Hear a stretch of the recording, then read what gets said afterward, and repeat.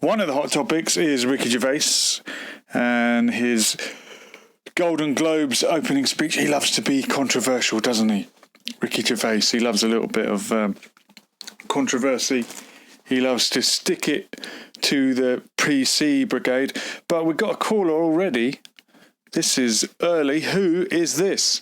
The LGBT community will rise amongst the flames, and the ashes would burn, and they will never suffer defeat. All right. Did you say the LGBT community?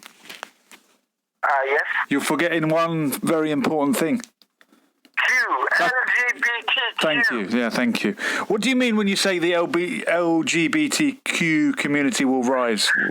I mean rainbows, I mean fairies, I mean gay. What do you think I mean? Well, I don't know, but...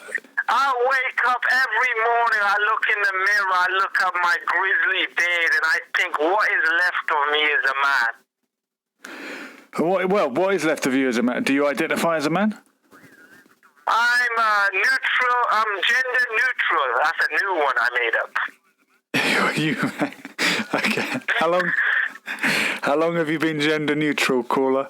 Since I became race neutral. I don't. Are you race neutral as well? Yes, I don't associate to none of these man-made myths of who we are. I'm an alien. How tall are you? 5'1". Oh, so you're not height neutral? No, but in heels, I'm 5'3". In what? You're 5'3"?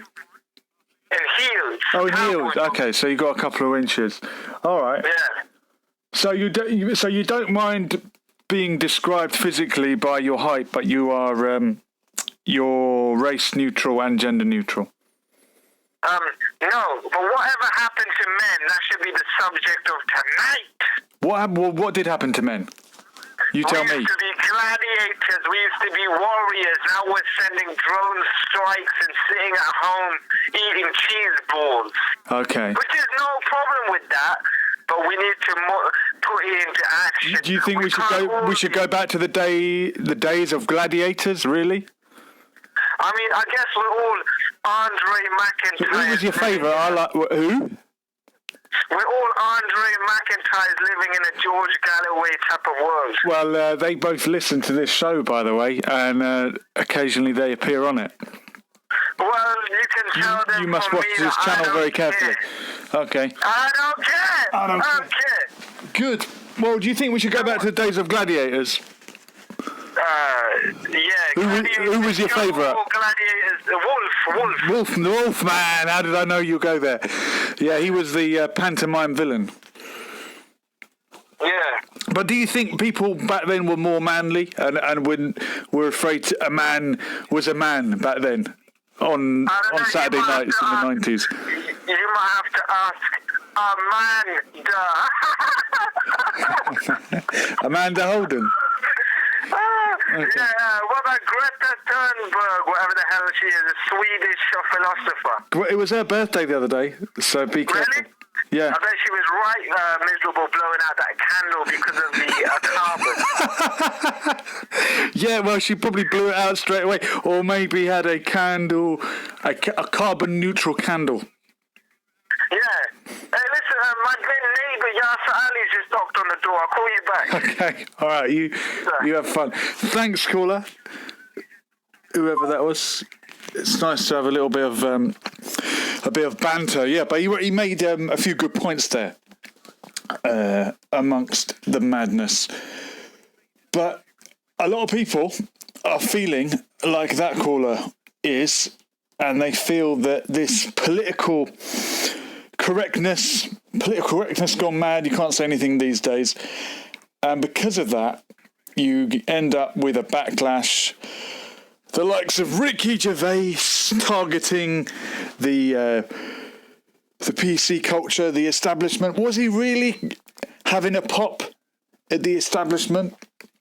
Or was he just reading a script? He pretends to be very sort of edgy and daring, and he said, "Oh, I don't care if I offend you." But really, we all know that his script will have got the okay. will have got the approval. But it was interesting that he did mention that Epstein didn't kill himself, and that is the meme that's been going around, as if we're all sort of it's like the accepted conspiracy theory. Normally, conspiracy theories, I mean, the term itself was coined by the CIA, and it's used to rubbish people and dismiss them as tinfoil hat wearers. But the idea that Epstein didn't kill himself has pretty much become, it's a mainstream opinion. I don't even think Ricky Gervais was being that edgy by mentioning it. But he did sort of have a pop at the PC brigade. He said that he was going to commemorate the great actors that had died last year, but they were too white. Too many of them were white, so he thought he wouldn't bother. And then he said, well, we'll see what happens next year. So I often talk about the pendulum swing from one extreme to another. Are we finally having that backlash to the PC culture? And I know our caller just now was being a little bit tongue-in-cheek and mentioning the LGBT community, but have we gone too far one way in terms of political correctness? And are we now swinging back the other way? Possibly. But that's one story. That's show business.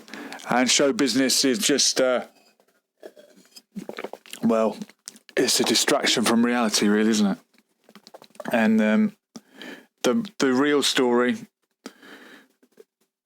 the story that keeps on giving, is still there. Let's have a look.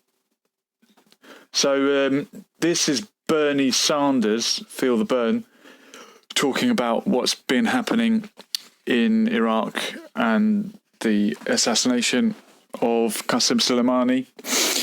And Bernie Sanders, Feel the Burn, said, if Congress wants to go to war, let Congress have the guts to vote for war.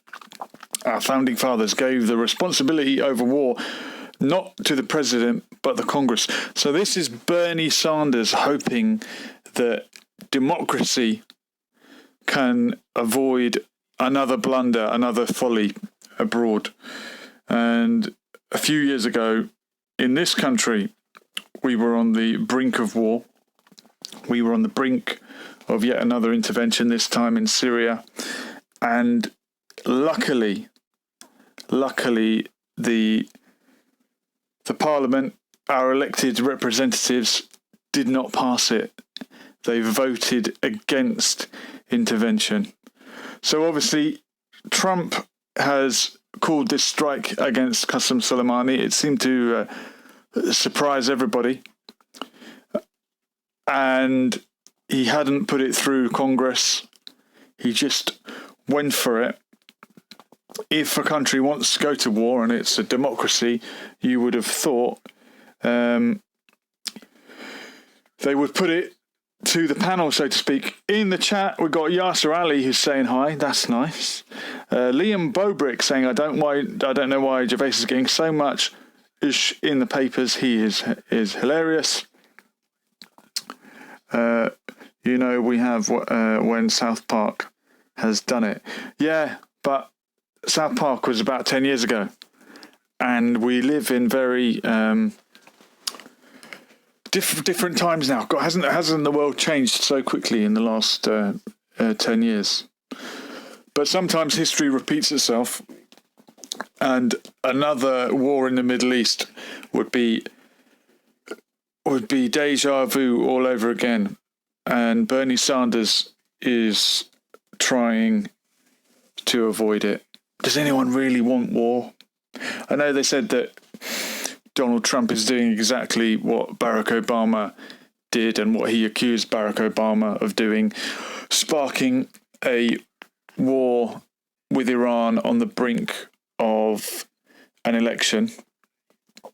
I actually thought the opposite, or I used to think the opposite. And I remember before his second term, there was the possibility of Barack Obama going to war. And I think sometimes a president is more dangerous in their second term when they've got nothing to lose. When Trump gets past his election this time round, Trump 2020, Make America Great Again, he will have no election to win.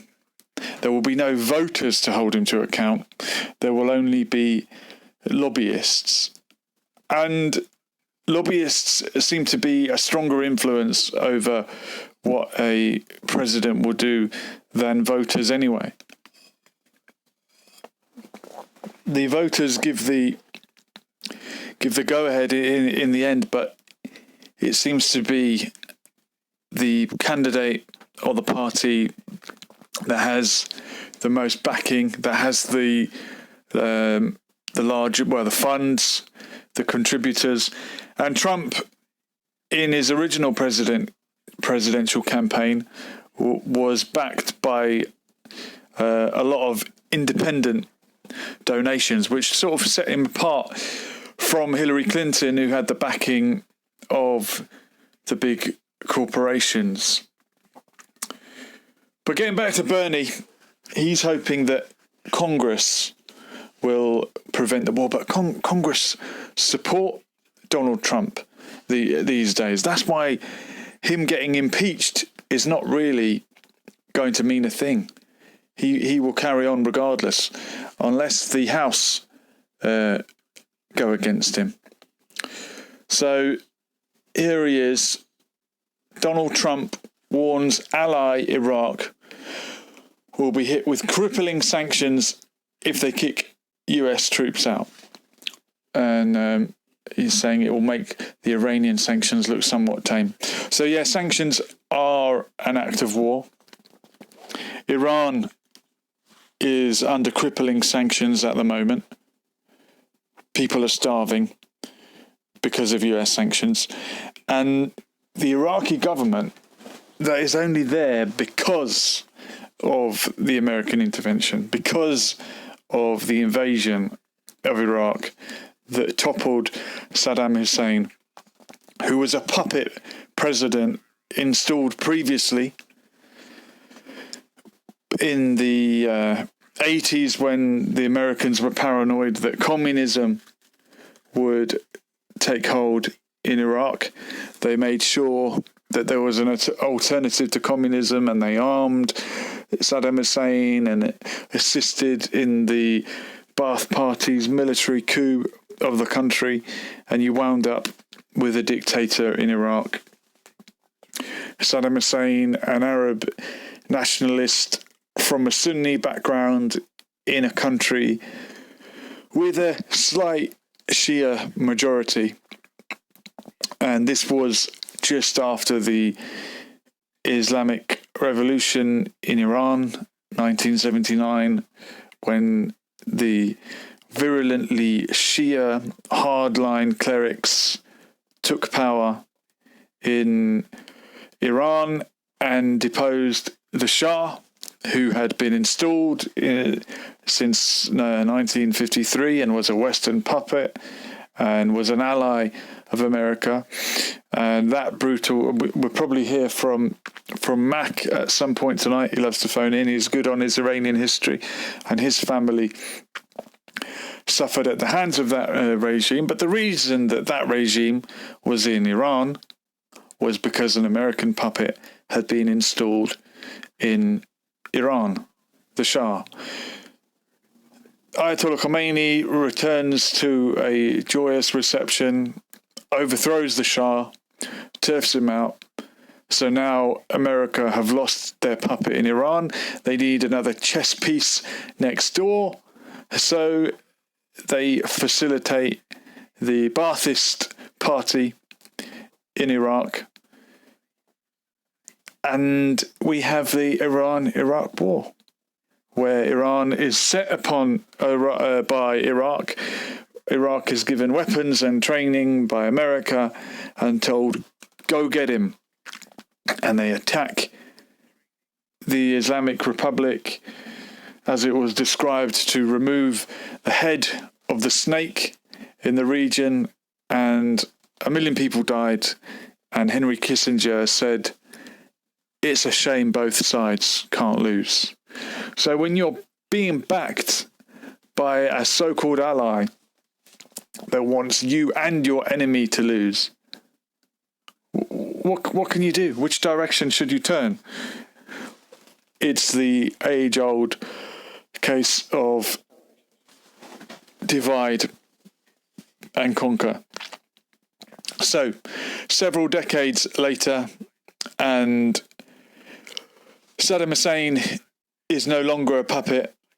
He took the weapons that you gave him to attack Iran with, and he used it to attack Kuwait. And America were left saying, "Oh no, no, not Kuwait, just Iran. We just wanted you to get Iran." Look, if I give someone a submachine gun, and I can't trust them, and they start firing it all over the place, whose fault is that? So Kuwait was invaded, and due to the way that the Middle East was carved up by the imperial powers, many people living in Kuwait felt that they were Iraqi.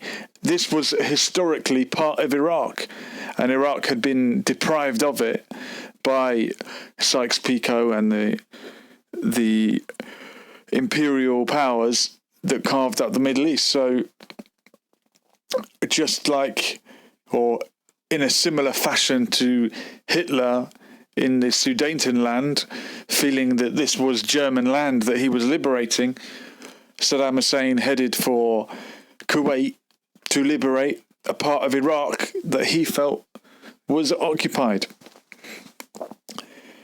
Then we had the Gulf War. America, Bush Senior, attempting to do away with Saddam Hussein, who was no longer a useful puppet. But we just had a, if you're trying to get through, I missed the call there, but do give me, call me again, caller. We had a caller on line 1. Try again if you just attempted to call and didn't get through. We got as far as the first Gulf War and George Bush, who didn't finish the job. Here we go. Let's see who this is. Caller on line 2. Who's this? Hello. Habibi, this is a Turk. I've been trying to call you for a while now. As soon as you said machine guns, I said to myself, you must give everybody a machine gun and inshallah it will work itself out. Welcome back to the show, Turk. I know you're very pro-gun. Yes, I believe everybody should have a gun except criminals. Well, but criminals have got a gun anyway, haven't they?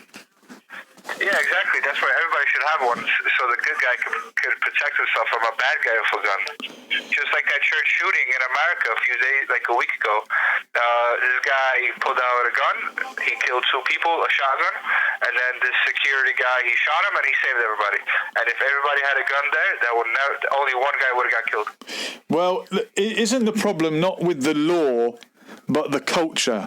A culture where guns are everywhere is likely to be a recipe for disaster, isn't it? How do we move away from this gung-ho gun culture? I definitely agree with the guns are a culture thing, but in America, guns are not everywhere, because if there were guns everywhere, it would be a much safer place. I believe so, 100%. Well, there are. I say it's a cultural thing because there are countries with more guns and fewer deaths, and there are countries with fewer guns and more deaths. But it's certainly a problem for one of the richest countries in the world. As Barack Obama said, no other country of our mankind has this problem, or I can't remember exactly what it was he said, but outside the third world, America is unique in having such a gun problem. Yes, the fallen messiah, Barack Hussein Obama, the Kenyan Muslim, he did say that, but I don't believe he was... I love how you describe him as a Kenyan Muslim. He was the president of he was the 40-something president of the United States, 46th. He was 44th president. 44th, sorry. I lost count after Abraham Lincoln. Kenyan Muslim, but anyways, they somehow snuck him in there. But since him being from Kenya and him being a Muslim, he wasn't really a patriot, unlike the great white hope Donald Trump, the 45th president, the greatest president ever. It's just crazy.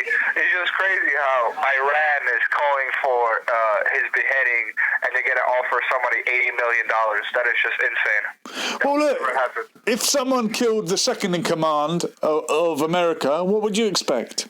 Who's second in command? Mike Pence. If Iran ordered a drone strike that killed Mike Pence, how would you feel? I don't know. I don't know really. That would be kind of war material right there. But since Soleimani had American soldiers killed, that's like just getting back at him, you know? Well, he didn't have them killed on American soil. Why is America involved in these away matches? Why is it always an away match? Because either you want Sharia law or you want total freedom. You get to choose, and America is choosing that for you. But Soleimani is fighting against the people that want to impose a violent form of Sharia law. Soleimani is fighting against ISIS. Are they not the enemy, or are they your friends now? ISIS is definitely not my friends. They will never will be. They're the false caliphate. Okay, because... I mean, as you know, it is very murky. But I thought ISIS and Al-Qaeda were the enemy. Then they became our friends again, and they tried to give them different names like Jabhat al-Nusra, Jaish al-Har, Jaish al-Fateh, many different names, an alphabet soup of different factions. They were trying to topple Bashar al-Assad, and America helped them. I think one side tangent that I was thinking of America has done is that, you know how America invades countries and they leave all their military equipment there? Yeah. Right? Leave it behind for anyone to get hold of. Yeah, exactly. I think America has left like GPS tracking devices and chips, so if they ever go to war with Iran, they can have a very precise drone strike to target the specific military people that took over the American equipment, like the Iraqis that took it over.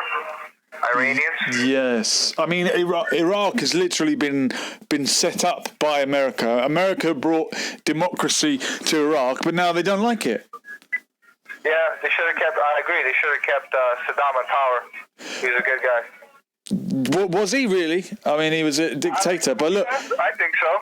The Turk agrees with his policies very strongly. With his Baathism. But look here, Donald Trump warns ally Iraq will be hit with crippling sanctions if they kick out US troops. Now, Iraq has a democracy. If their democracy decides they don't want America there, who is Donald Trump to cripple them with sanctions? I definitely agree with that point, but at the end of the day, Iran just has oil, so, you know, they either want to participate in a world trade and have freedom, or they get kicked out of the market and they, you know, get sanctions. You got to choose one. Turk, you make a good point. I appreciate your call. Yes, thank you very much. Thank you very much. And sorry for missing your call the first time. That's all right. I'll call as many times as I need to be on the show. I love you and George Galloway, the Godfather. You legend. George Galloway. Thank you very much, Turk. Appreciate it. Thank you. Thank you. Bye-bye. It's always nice to have these regular contributors to the show. That's the Turk who regards Barack Hussein Obama as the fallen messiah and calls him a Kenyan Muslim. It's pretty funny. But what's not funny is the war that's going on in the Middle East, and Donald Trump seems to not like... He's a big fan of democracy until it doesn't go his way, and a lot of people are like that. They want to have a vote on something and then it doesn't go their way, and then they say, well, let's go again, best of three. You know how it is. But if you want to do what the Turk did and get involved, the number to call is 07880 526 445. Talk about anything really, but this Soleimani story is still the gift that keeps on giving. And I was doing a little bit of a history lecture there, wasn't I? How far did we get? The first Iraq War, George W. Bush, no, George Senior. Was he George W? No. George Bush Senior didn't finish the job in Iraq first time round. And a lot of people think that's why George W. Bush Jr. went back in 2003. And of course, he used the excuse, the lame excuse of 9/11, something that Saddam Hussein had nothing to do with, the dictator that would imprison Al-Qaeda types, who was not a fundamentalist religious leader, rather he was a secular Arab nationalist, but they tried to, well, they lied and said that Iraq had some, as if anyone, I don't know why they bother anyway. These leaders of the West, but I guess because they have an element of democracy, they kind of have to convince the people that what they're doing is legit. They kind of had to persuade us. Tony Blair had to join in and convince us that Saddam Hussein had weapons of mass destruction, that we could be hit at any moment. There's Mac attempting to call. Mac, if you're trying to call, you need to call me on the other number, the number that is on the screen now, and not my number. The number is 07880 526 445. I think we're about to hear from Mac, but he needs to call on the phone line and not my own number, which not everybody has. So yeah, hopefully we're going to Mac shortly. Mac, if you're hearing me, call me on 07880 526 445. But yeah, Saddam Hussein, done away with. Secular Arab nationalist, had nothing to do with 9/11. We laughed it up. Or did we? We didn't even believe it. 1 million people took to the streets to try and prevent the Iraq war. And it didn't work. And I think for that reason, we will never be able to protest a war again.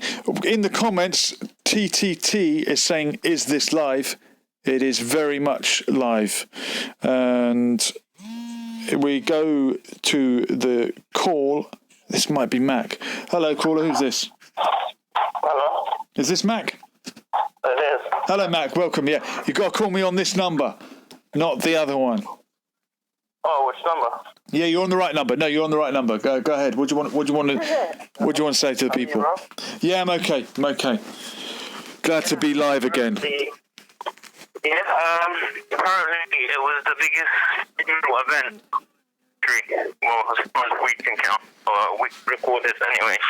Yeah, the biggest funeral in history. Some people try to be a bit dismissive of that.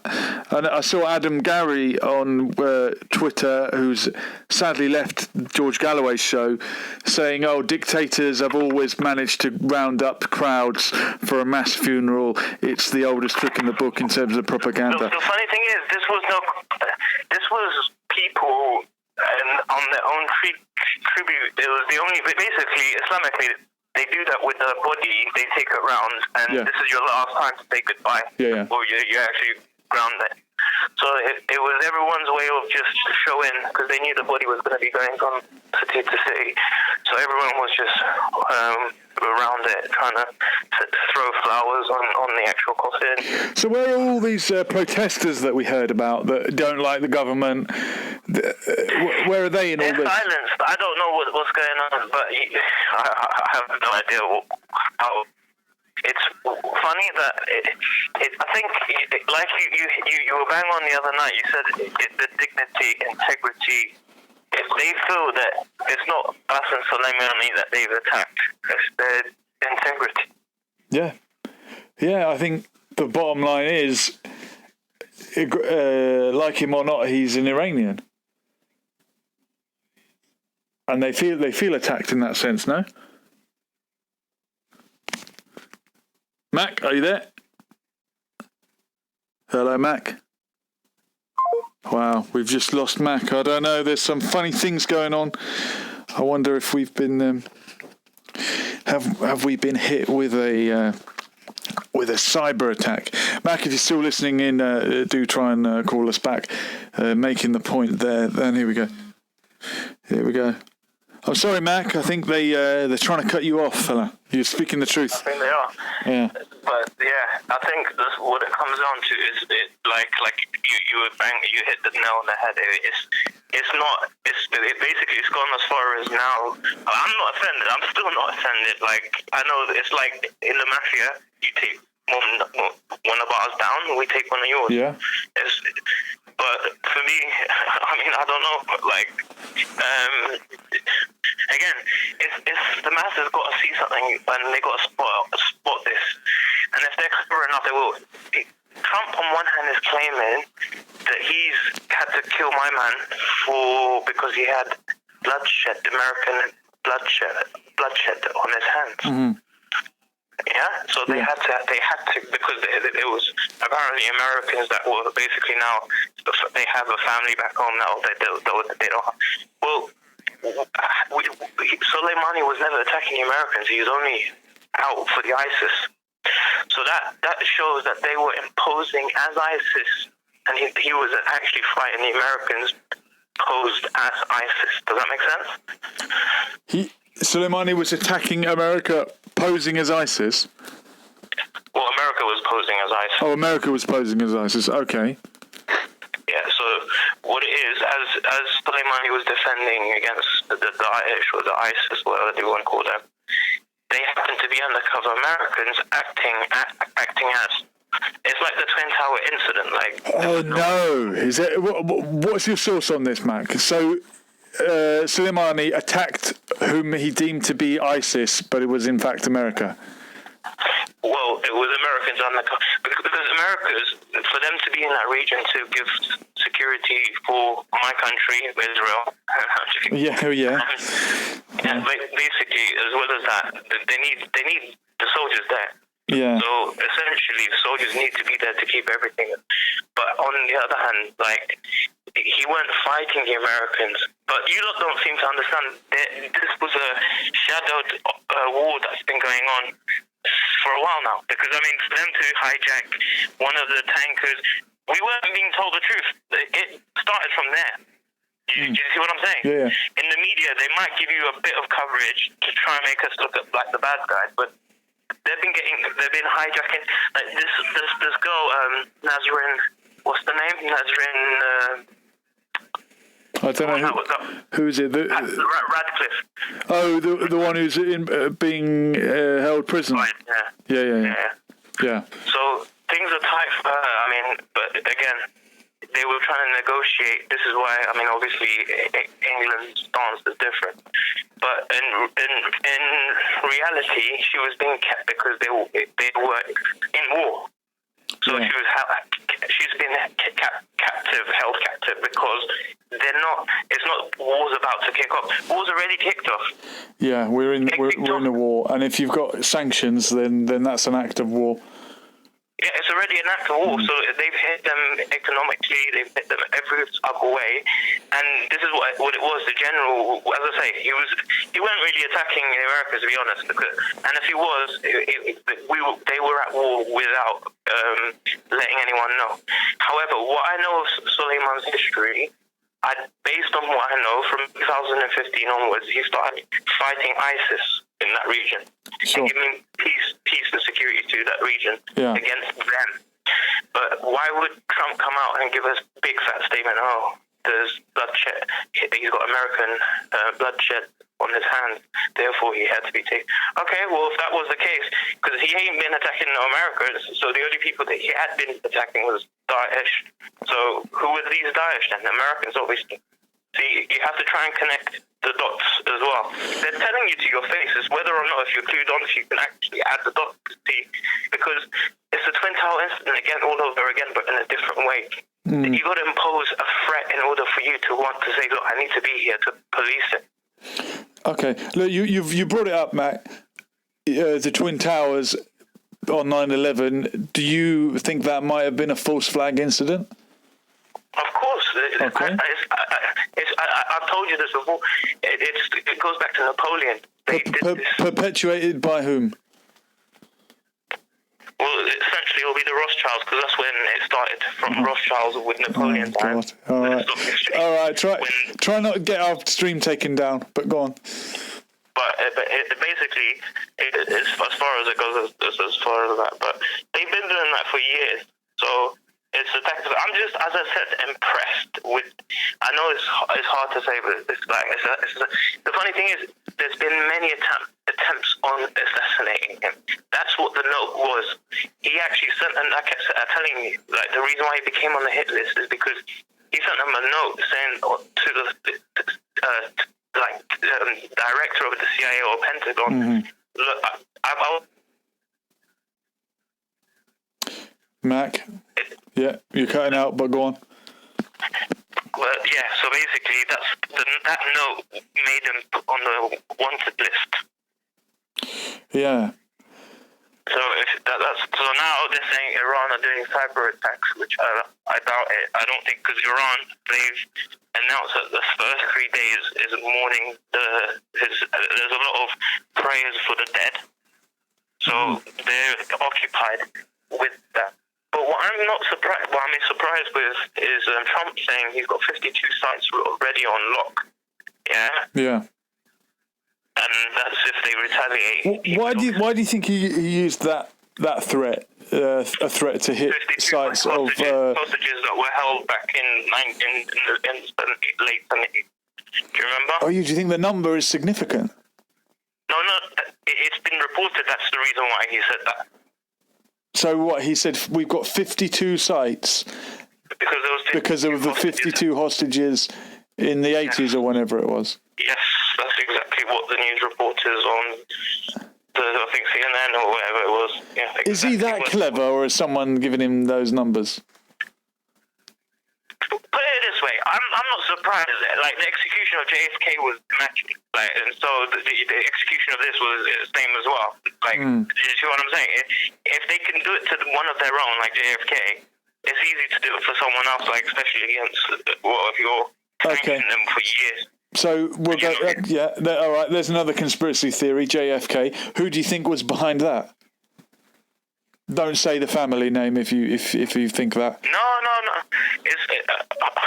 Just allude to it. It comes to the intelligence services, isn't it? Okay. You know what? It's not even them. It was the bankers.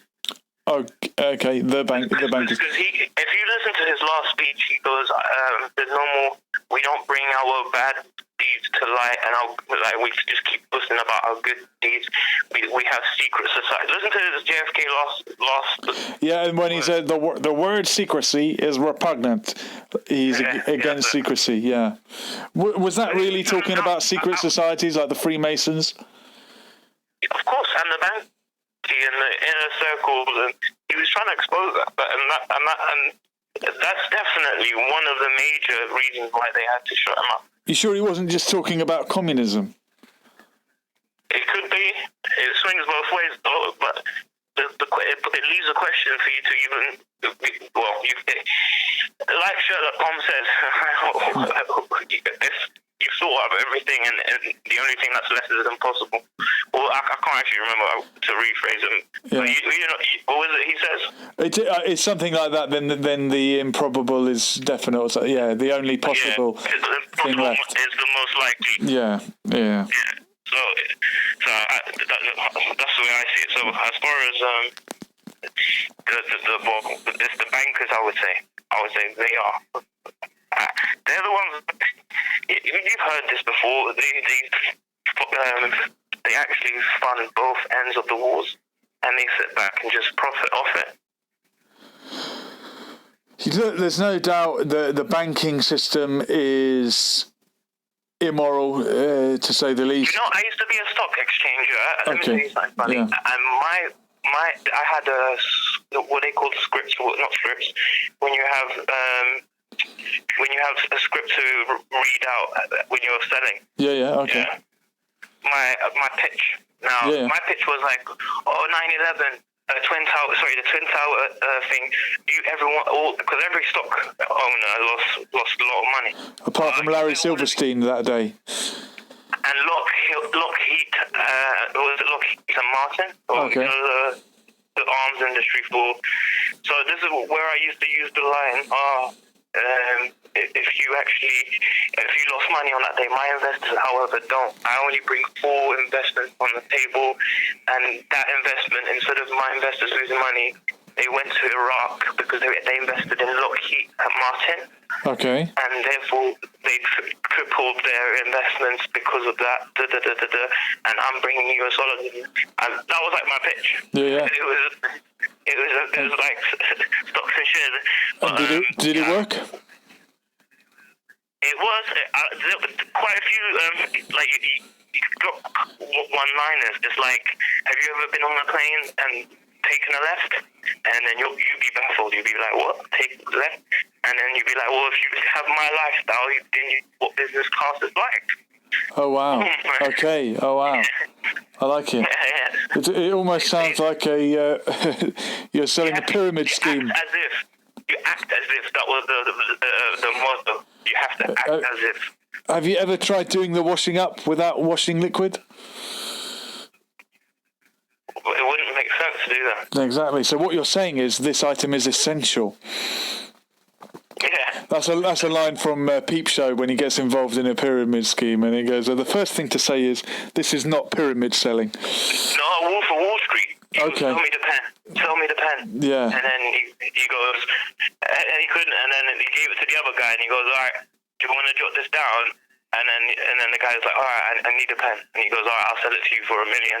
Like, you see what I mean? Wow. Like, if you watch Wolf of Wall Street, that was a very, it's actually kind of based on similar to techniques that we used to use as well. You remember when Ali G met Donald Trump? Yeah, he's not only met Donald Trump, he's also met Jacob Rees-Mogg as well. That's right, he met them all back in the day. Back in the day, yeah. I was like, what? Yeah. And Trump as well. And then obviously Trump doesn't take him seriously. And that's right, he has very little time for him, but he tries to sell him the ice cream glove. The lady the other night was praising Donald Trump as a businessman and saying, "Oh, he's a great businessman," but hasn't he gone bankrupt several times? No, he has, but that's the thing. He comes from a rich family, as well as getting $1 million, like you say, from his father. But as a startup, a small loan of $1 million, more than a lot of us will see in a lifetime. But he obviously mixed in with this Bohemian Grove goers. Yeah. And he's rubbing elbow with, you know what the Bohemian Grove is, isn't it? Well, it's this. Is this the annual gathering of a secret society? What is in front of the owl. Yeah. Sacrificial thing is in front of the owl. It's just rituals that date back to when, I don't know when it goes back when. And these secret, I remember Alex Jones would go live from there and try to expose what he could before someone got to him. What's happened to him? Well, Google deplatformed him.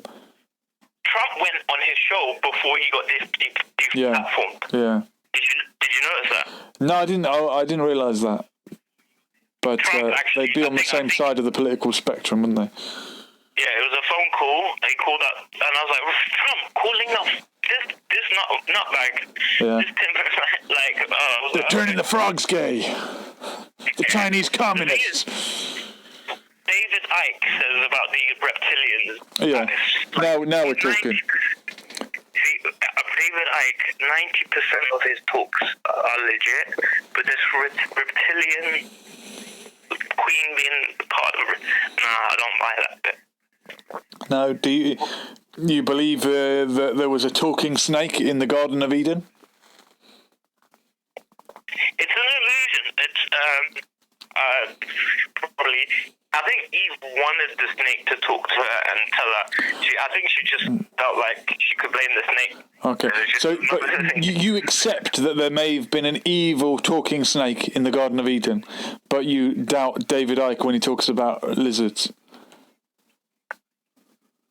Well, which one's more believable? Actually, there are really, really weird discoveries where they have checked these little 5-inch or 2-inch humans with actual wings. With wings. So, research it. There are 5-inch. It's in the book. Humanoids. Right. That's the thing. They had to try and use the word humanoid because it had the human skeleton and the human form and flesh. But this is the thing. We don't know how many kind of races of humanoids there are. But does that make sense to you? There's someone who might come on the show soon to talk about the origin of the white race, which could be the Aryan. You could call them the Aryans. There's theories that they were interbred with the Neanderthals. That's for another night. But yeah, we don't know how many races there are. There's the other theory about how aliens came and they kind of changed the DNA and were the creators of. That's what Scientology is about, isn't it? Yeah, I mean, it sounds like you're open to this. What's your problem with David Icke? Basically, interdimensional beings is probably what he says it. But I said 90% of his things are rape.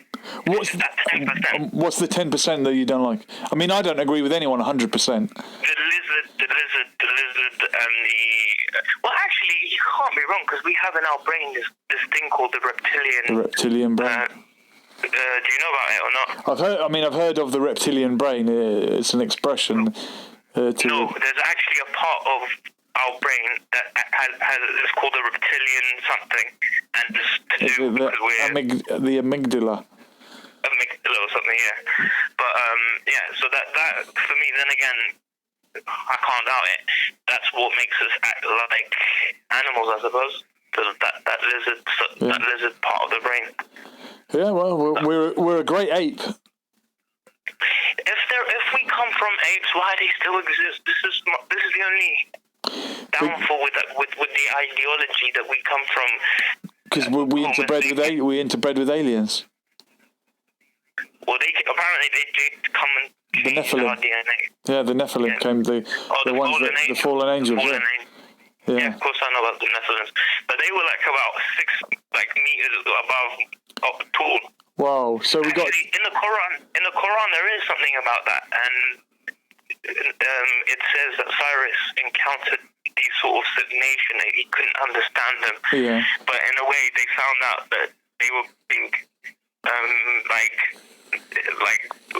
terrorized by these other groups of large beings, and he created this wall. And Gog and Magog. Gog and Magog, Juj and Majuj. Yeah, Juj and Majuj. That's what it is. Nation of giants. Gog and Magog is what apparently. So yeah, I wouldn't be. And also, the thing is, we're living differently. Back in the days, like in the olden days, they would be stronger. The bone structure would probably be bigger. We wouldn't have all of these extra ingredients in our food, crisps, and we have natural. Well, aren't we taller and stronger now than we were 100 years ago? No, apparently it's the other way around. Well, how come the 100-meter record keeps getting broken then? Well, I wouldn't be surprised if that's genetically modified. If they can do IVF, literally choose the sex of the baby now. Yeah, or do you think Usain Bolt's a clone? Not clone as such, but they know genetically what. But look, the average height 100 years ago was like 5'7". It's now 5'9" or whatever. We are getting taller because of better nutrition. Well, I thought it was the other way around. Heavyweight boxers 60 years ago were 200 pounds, 210. Now they're 250. Yeah, but because 200 pounds, 210, and now they're 250. Yeah, on average, they're bigger. Well, we have because nowadays because of better nutrition, better training methods, etc. We're not living under rations anymore. Yeah, we're not lifting just stone anymore. If you go into a house that was built 500 years ago, you probably have to struggle to get through the door. People were smaller back then. Are you talking from because you've been to historical sites and you've noticed that? Well, I've noticed that, but even in my grandma's house, the ceiling was quite low. Well, traditionally, yeah. I mean, it's weird that you say that they would do that, but I suppose that would be for the peasants, or I don't know. But like as far as because in the olden days, obviously the taller you are, the more. Like Cristiano Ronaldo compared to Messi, for example, he's more of a gladiator. Do you see what I'm saying? He's got the physique of a gladiator, whereas Messi's more shorter and he's more like. But do you see what I mean? So in the olden days, they've always been intrigued with huge people as a form of entertainment, and it's always been. Whether it's been Olympics or the Greek Olympics, or if it's been in the actual arena and they have to fight lions, and you know the story. But yeah, so I think now because we're more, we've got more better regimen and we know what nutrition to have, and we have a better you can go to the gym and you've got access to all sorts of, you can work on your training. There's all sort of environmental factors why, but I'm just saying on average we're bigger now. Yeah, of course. On Monday nights, your MMA night. Yeah, yes, you're right. But I had a night off. I confess, I had a night off. You know me too well, Mac. Yeah, why have you a follower or yes, a fan? I know. It is normally my MMA night. I'm itching to go. I need to have. The thing is, you're going to feel so terrible for the rest of the week, which is going to work on your conscience and force you to go next week. Yes, that's right. Well, you've inspired me. Mac, thanks for getting involved as always, mate. You're a great contributor to the show. No worries. Thank you. My Thank brother. you for your time. Catch up. Take care. Thank you. Thank you. Bye-bye. There goes Mac, loyal listener, loyal caller, and we do appreciate that. We'll wrap up things shortly. If there's anyone in the chat that wants to get involved, the number is 07880 526 445. Triple T was in the chat there. It would be good to hear from him. We haven't heard from him for a while. He used to wade in on all manner of subjects. We've been around the houses a little bit, obviously. We were talking about the Iraq War. We've gone aliens. We've gone here, there, everywhere. I just want to sum up about my thoughts on what happened with the various Iraq invasions, the unfinished business, and to touch on a subject that Pat mentioned the other night when we were live.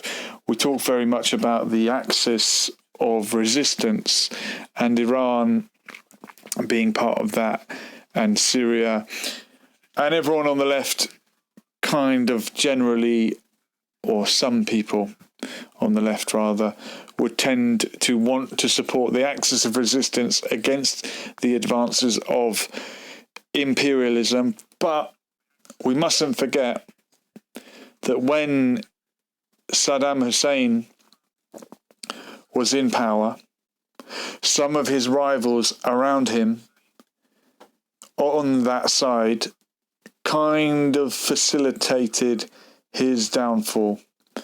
And it's the old case of propping one up against another, divide and conquer. And now those people that helped facilitate the toppling of Saddam Hussein and the people on their side are kind of wondering why it's come back to bite them. So, if no one else wants to get involved, we will wrap it up there. Just to remind you, we've talked about Ricky Gervais, we've had Feel the Burn, Bernie Sanders, and anyone who has a different topic, if you want to get involved, I think tomorrow night we might talk about the origins of the white race, just to be different. And here's a teaser. Here's a map of the world, and this is where all the different races apparently come from. And the Caucasian race is all the way up here in Europe. Where did they come from? I'm looking to find out the truth. And are they intermixed with Neanderthals? Are we intermixed with aliens? Who knows? It's another hot topic for another night. But for tonight, it's been superb. Thanks again to everyone who got involved. Thank you, Turk. Thank you, Mac. This has been Lessons for Life. We'll do it all again soon. We were here. And we're gone. Laters.